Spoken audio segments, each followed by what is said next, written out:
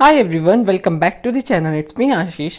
आज की वीडियो हम बात करेंगे क्लास 9 का जो चैप्टर नंबर 1 है उसी को हम कंटिन्यू करेंगे। सो इसको स्टार्ट करते हैं। Broader meanings of democracy. In the chapter we have considered the meaning of democracy. इस चैप्टर में हमने लिमिटेड एरिया में हमने डेमोक्रेसी को समझ लिया। जो हमने इतने सारे पॉइंट्स पढ़े, इतने बड़े भी में हम इसको नहीं समझ सकते, तो हमने छोटे छोटे तरीके से इसको समझ लिया।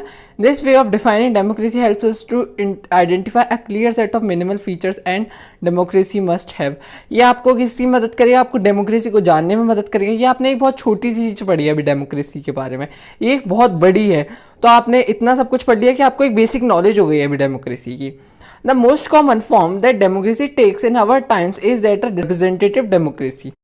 अब आज के टाइम में क्या है हमारे यहाँ रिप्रेजेंटेटिव डेमोक्रेसी। अब ये रिप्रेजेंटेटिव डेमोक्रेसी क्या है? मीन्स हमने जिसको इलेक्शन करके अपने लिए रूलर चुना, वो रूलर क्या करता है कि वो हमारे लिए डिसीजन लेता है। जैसे कि हमारे जो पीएम है नरेंद्र मोदी, अभी वो जो है वो डिसीजन लेते हैं और सारों को उनको मानना पड़ता है। मीन्स डिसीजन, अब जैसे उन्होंने हमारा लॉकडाउन हुआ था कोरोना में, तो कोरोना में उन्होंने लॉकडाउन का डिसीजन ले लिया। अब उन्होंने एक एक नागरिक से तो पूछा नहीं कि मुझसे पूछें फिर आपसे पूछें, तो ये सब तो उन्होंने किया नहीं, उन्होंने खुद डिसीजन लिया और सबको बता दिया।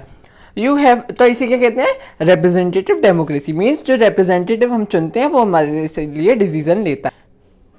A majority is allowed to take decision on behalf of all the people. Majority में क्या है कि जो डिसीजन हो वो जो मेजोरिटी में लोग हैं उनके बिहाफ पर हो। मीन्स मेजोरिटी जहाँ ज़्यादा है डिसीजन उसकी तरफ हो। मेजोरिटी का मतलब होता है जहाँ ज़्यादा लोग होते हैं। Even the majority does not rule directly, the majority of people rule through the elected representative. अब इसके कुछ कॉमन पॉइंट्स हैं। द बिकम्स नेसेसरी बिकॉज, अभी नेसेसरी क्यों है? Modern democracy involve such a large number of people that it is physically impossible and then to sit collectively. अब सारे के सारे लोगों को हम बिठा लेंगे, एक से पूछेंगे दो से पूछेंगे, तो ये तो पॉसिबल ही नहीं है। इतनी सारी जगह कहाँ से लाओगे? सबको बिठा लोगे, सबके डिसीजन लोगे, कुछ उसमें फिजिकली नहीं होंगे, कुछ उसमें मेंटली नहीं होंगे। Even if they could, the citizens does not have the time. कुछ सिटीजन के पास टाइम नहीं होगा, किसी के पास स्किल नहीं होगी, किसी के पास डिसीजन लेने के लिए उसके पास इतनी स्किल्स नहीं होंगी वो अच्छा कोई डिसीजन ले पाए।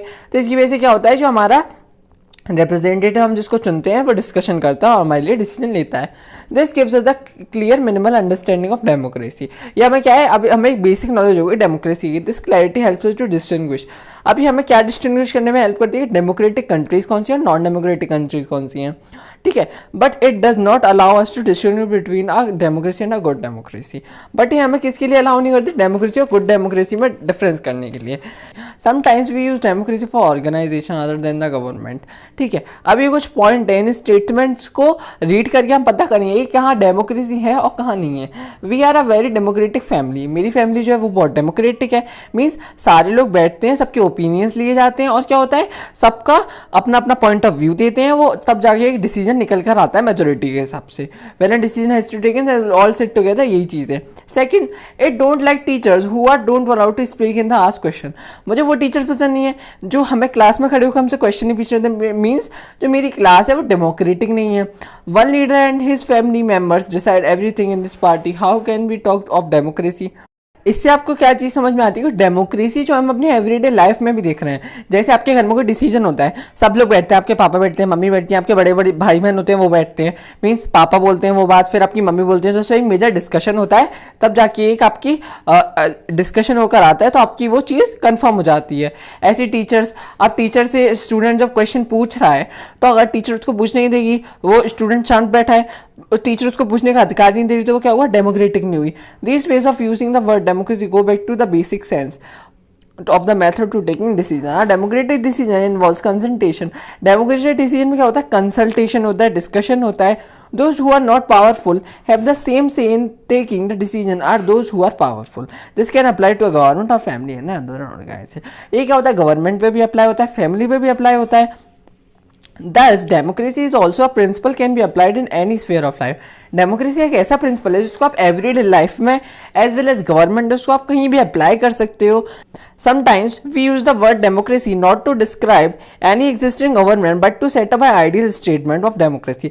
अब ये डेमोक्रेसी की जो आइडियल स्टेटमेंट है, true democracy will come to this country only when no one goes hungry to bed. True democracy कब होगी? जब कोई भी भूखा अपने बेड पर ना जाएगा, मतलब कोई भी भूखा इंसान अपने बेड पर ना जाए, तब उसे ट्रू डेमोक्रेसी कहेंगे। In a democracy every citizen must be able to play equal role in decision making. हर जो डिसीजन ले रहा है उसमें इक्वल रोल है उसका। For you don't need just an equal right towards, सबका इक्वल राइट हो, वुमेन से लेके मैन का। Every citizen needs to have equal information, सब किसी के पास इक्वल इन्फॉर्मेशन हो, हर चीज़ की बेसिक एजुकेशन हो, इक्वल रिसोर्सेज हो, ठीक है। If we take these ideal seriously in country, अगर इन चीज़ों को सीरियसली लें तो no country in the world है डेमोक्रेसी। तो कोई भी कंट्री डेमोक्रेसी हो ही नहीं सकती, क्योंकि जब डिसीजन लिया जाएगा, अब आपकी इंडिया में इतने लोग हैं, सबको एक जगह बुलाया जाएगा, सबकी राय ली जाएगी, ऐसे किसी एक डिसीजन आ ही नहीं सकता, जिसकी वजह से हमारी कंट्री डेमोक्रेटिक हो नहीं सकती। Yet an understanding of democracy and idea remains that why we value democracy. It enables to judge an existing government and identify its weakness. ये इसकी कुछ weakness भी हैं. It helps us to distinguish between a minimal. ये हमें क्या help करता है कि मतलब good democracy और जो हमारी basic democracy है उसमें difference करने में. In this book we have not much deal in the expanded nation of democracy. हम इतना एक्सपेंडेड में नहीं पढ़ रहे हैं डेमोक्रेसी के बारे में। Our focus with the one core institutional features of democracy, ये हम कोर पढ़ रहे हैं अभी, कि हम बहुत बेसिक नॉलेज इकट्ठी कर रहे हैं डेमोक्रेसी के बारे में। Next year we will read more a democratic society. Next year क्या है, हम और अच्छे से डेमोक्रेटिक सोसाइटी के बारे में हम पढ़ेंगे। At this stage we are not need to, democracy can apply to many spheres of life.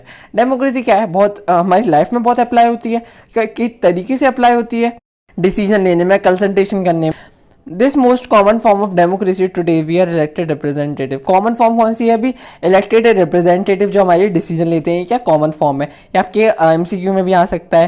What is the common form representative democracy? But the democracy is small and the can others are taking democratic decision, all they can sit together and take a decision directly. सारे लोग बैठे और decision जो वो directly लें, जैसे ग्राम सभा में होता है गाँव में। This also means that no country is a perfect democracy. अब हर कंट्री जो है वो परफेक्ट डेमोक्रेसी नहीं हो सकती। The features of democracy that we discussed in the chapter provide minimum condition. ये जो हमने इस चैप्टर में जो फीचर्स पढ़े हैं ना, ये क्या है, बहुत मिनिमम कंडीशंस हैं डेमोक्रेसी होने के लिए। That does not take an ideal democracy. ये एक आइडियल डेमोक्रेसी नहीं है। डेमोक्रेसी में इतनी चीज़ें हैं कि हर कंट्री उन सारी चीज़ों को फिल नहीं कर सकती, इसलिए कोई आइडियल डेमोक्रेसी नहीं हो सकती। Every democracy has to try to realize the ideas of democratic decision making. They cannot be achieved once at all. They require a constant effort to save their strength.